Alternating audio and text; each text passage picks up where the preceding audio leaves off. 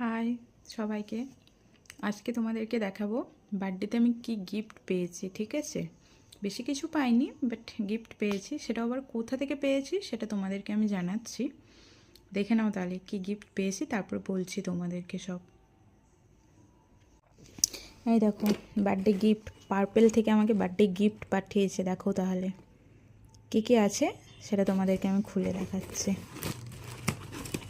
একটা স্ট্যান্ড হলে ভালো হতো, বাট ঠিক আছে। একটা, দুটো,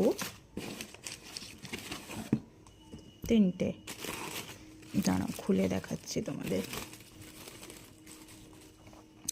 এই দেখো, আচ্ছা, একটা গুড ভাইবসের সিরাম, ফেস সিরাম, আর